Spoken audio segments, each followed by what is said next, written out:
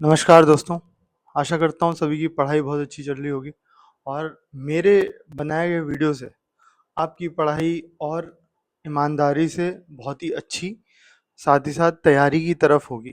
और मैं आज इतनी जल्दी वीडियो बना रहा हूँ क्योंकि मेरे पास, जब मैंने कल रात में जो वीडियो अपलोड किया था, तो उससे जब किसी एक स्टूडेंट है, एस्पिरेंट है, उसने मुझे मैसेज किया कि सर, मैं अभी 12th में हूँ और मुझे फर्स्ट अटेम्प्ट में यूपीएससी क्लियर करना है, मुझे ज़्यादा टाइम नहीं देना है, तो मैं क्या करूँ?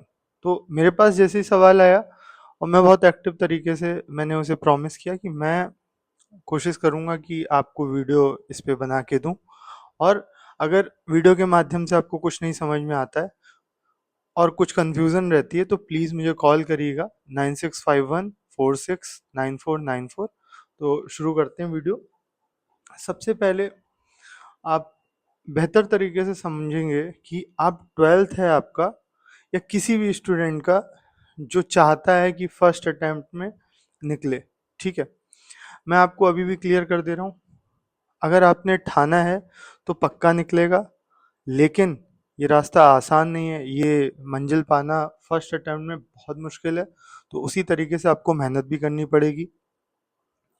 और मैं अभी भी आपको क्लियर कर दूं कि अगर आप 12th में हैं तो आप 12th का समझ रहे होंगे कि 12th में ही अपने आप को अच्छे परसेंटेज के साथ लगा के रखना और उतनी मेहनत करना हर सब्जेक्ट को। अब आप किस स्ट्रीम से हैं, उसी हिसाब से मेहनत लगेगी आपकी।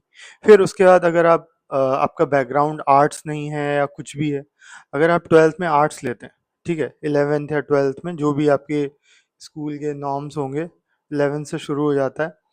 तो मुझे ये लगता है, जैसे 11th में है और 12th में है कोई, अगर आप बैकग्राउंड, क्योंकि अब कोई मैटर नहीं करता कि आप कौन सा बैकग्राउंड है, आपके सारे सब्जेक्ट यूपीएससी में हैं, आप उन्हें पिक करिए।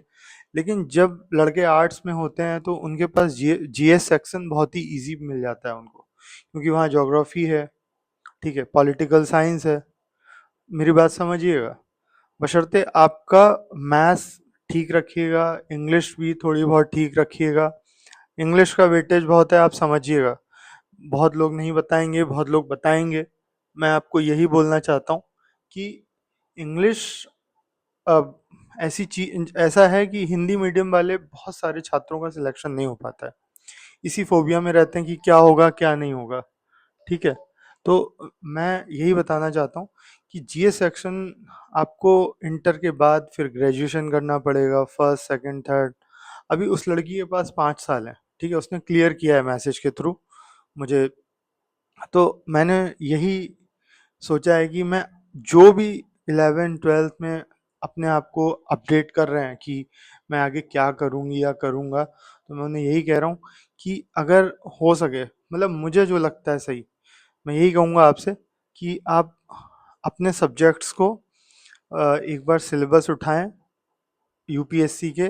वो कोई भी मतलब सब्जेक्ट हो, आपका साइंस हो, फिजिक्स हो, कुछ भी हो, केमिस्ट्री, बायो, ठीक है, आप किससे मेंस लिखना चाहते हो, ठीक है, और आप अगर है ना मैच कराते हो, तो अगर आपके सब्जेक्ट्स वहाँ हैं तो आप अपने इन्हीं सब्जेक्ट्स पे अच्छे से फोकस करिए, ताकि आपका बेस अच्छा हो जाए और आपको ग्रेजुएशन में भी वही सब्जेक्ट्स मिले, कि आपका रिवीजन के साथ साथ आपको और अच्छे से एडवांस बुक मिले जब आप ग्रेजुएशन में आए, जिससे कि आपको पेपर देने में इजी फील हो, ठीक है?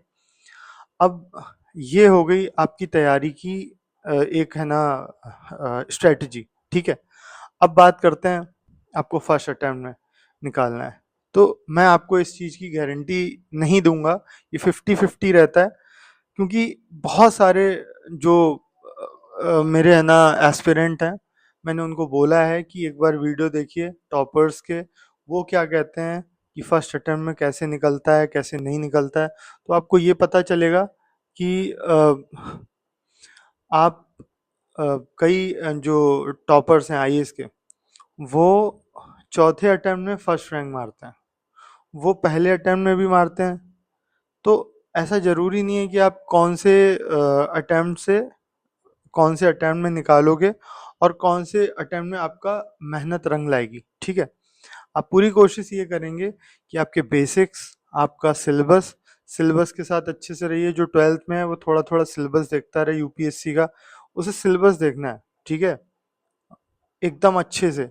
और वो सेगमेंट आप अपने 11th-12th में अगर आ रहे हैं तो उसे वहीं कवर कर लीजिए। फिर ग्रेजुएशन में कोशिश करिए, अच्छे परसेंटेज के साथ आप ग्रेजुएशन में एंट्री करिए। ग्रेजुएशन में जो बुक्स आती हैं आपके पास उनमें लग जाइए आप, ठीक है? ये एक रास्ता तय करेगा कि आपके पास जब आप वहाँ तैयारी कर रहे होगे यूपीएससी की, तो उसमें आपका समय बचेगा। अगर वहाँ समय बचा ले गए आप, क्योंकि वहीं पे मैंने देखा यूपीएससी की तैयारी में लोग 6-6 7-7 साल लगाते हैं, क्योंकि उनका बैकग्राउंड हो सकता है ना हो, फैमिली सपोर्ट ना हो। तो अगर आपने अभी से ठाना हुआ है तो आप फैमिली को भी बता ही रहे होगे कि मुझे आईएएस निकालना है फर्स्ट अटेम्प्ट में, तो उसी हिसाब से आपके घर में एटमॉस्फेयर क्रिएट होगा। अपने मम्मी-पापा से शेयर करिए, मुझे कॉल करके बात करिए, मैं आपकी स्ट्रैटेजी बनाने में सपोर्ट करूँगा। जितना मेरे वीडियो से सपोर्ट मिल पाएगा उतना करूँगा, जितना मेरे बात करने से हो पाएगा मैं करूँगा। लेकिन ज़्यादा बात और ज़्यादा कॉलिंग ये सिक्योर नहीं करेगा कि आपका फर्स्ट अटेम्प्ट में होगा। ये सिक्योर करेगा कि आप कितना सिंसियर हैं, कितना अच्छे से लगे हुए हैं अपनी पढ़ाई में, तब जाके होगा। कभी-कभी लक साथ नहीं देता है।